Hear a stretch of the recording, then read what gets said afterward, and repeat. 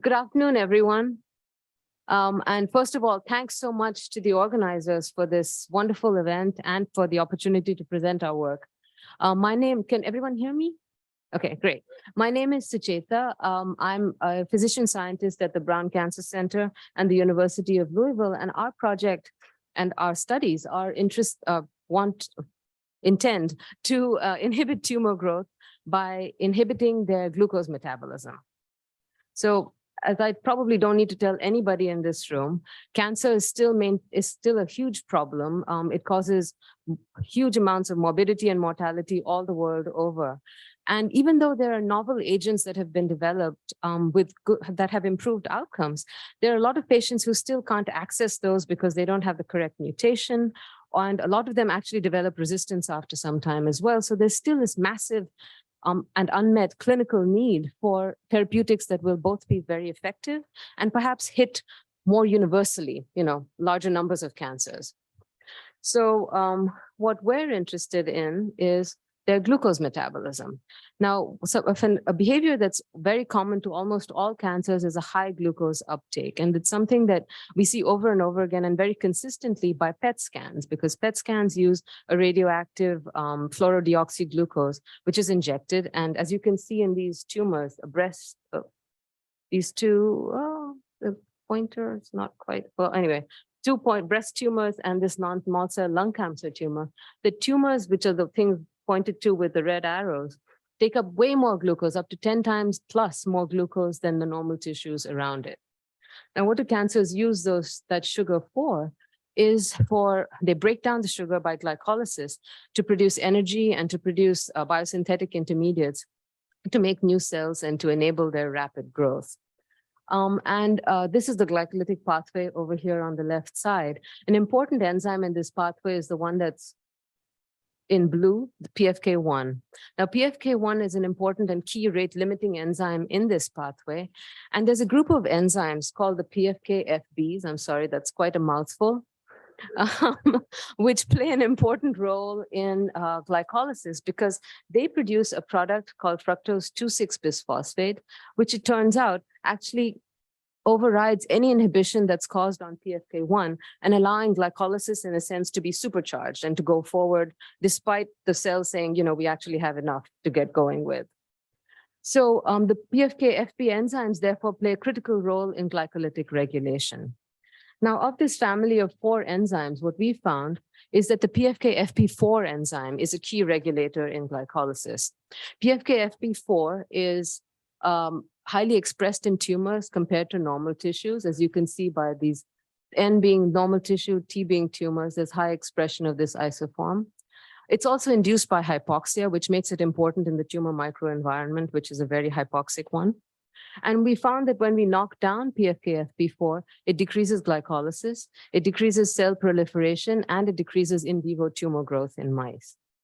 And in addition, because there's low expression in normal tissues, as you can see, and in normoxia, we're expecting that there wouldn't be any toxicities. And we've actually proven them, confirmed it, because we've got conditional knockout mice. And when we knock out PFK-FP4, they're completely healthy and have a normal lifespan. So what we did based on our preliminary data was target PFK-FP4.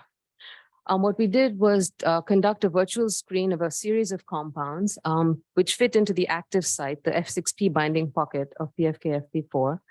And the compounds were identified and ranked for their fit, and analyzed for their fit into the active site.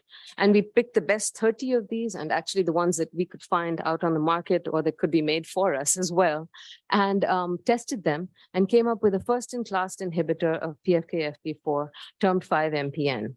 And this is just a structure of the crystal structure of PFK-FP4, and it's actually got 5-MPN nestled right in it. So what 5-MPN does is it will, what we expected, decreases fructose 2,6-bisphosphate, the enzyme product. It also decreases glycolysis and ATP production.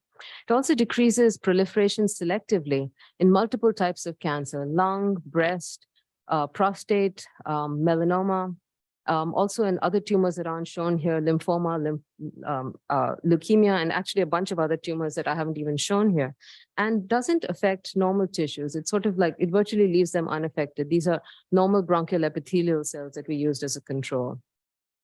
We also found that it has very favorable pharmacokinetics. It's effective with oral administration, and it decreases both glucose tumor uptake by PET scan and decreases tumor growth in mice.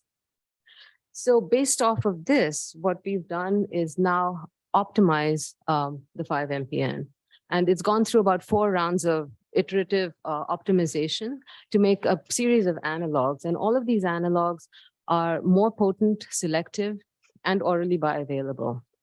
This is a comparison over here on the left of one of the analogs with 5-MPN. And as you can see, it's more effective at inhibiting the recombinant enzyme.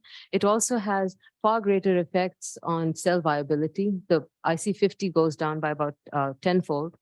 F2,6 bisphosphate levels are lower and glycolysis is lower as well. So it's much more effective in vitro. It's also much more effective in vivo as well. This is a comparison of oral administration of 5-MPN versus one of the analogs. And as you can see, firstly, it's more effective. It causes more tumor suppression, and it happens at 1/3 of the dose. So this is our series of compounds right now. And we haven't seen any systemic adverse effects, importantly, any toxicity in organs that we've seen by histopathology, no effects on blood counts. The mice do great. They don't lose weight or anything like that. What they don't like is the orogastrics thing, the gavage needle going down their throats. That's about it. And we haven't seen any off-target effects, even at the high doses. So, we also have significant IP protection around it. We've got 3 patents which have already been awarded, and additional patent applications are pending both here and in the US, and some of these patent applications have been validated in European countries as well. In addition, we've got patent positions on inhibitors of related isoforms as well to cover the entire group of inhibitors. Oh, sorry. So in conclusion, targeting glycolysis in tumors, because it's such a widespread phenomenon, is a great opportunity for really tremendous clinical impact. We found, and there are no inhibitors of glycolysis that are in current clinical use. There have been a couple that have come out there, but none of them have actually made it into even a phase 3 clinical trial yet, and certainly none in the clinic. Our studies show that PFK-FP4 inhibitors are both effective at decreasing tumor glycolysis and growth and don't have any toxic side effects. And with the global cancer therapeutics market quite large and growing further, this is an opportunity to enter a large and really growing market with something that can have tremendous clinical impact and meet a very big clinical need. So here's the team, apart from me. John Trent, Jason Ches, who actually does the docking and did the cool, well, apart from the cool pictures, he does the structure-based drug design. Jason Chesney, who's interested in immunotherapeutics and metabolism like myself. Joe Burleson, who's the head of the medicinal chemistry facility, and his postdoc Raj, who's also been involved. And our tech transfer group, Rob and Laura, and Holly, who's been involved in the past, very much so. And our funding sources to help to find the target and then to actually hit it as well.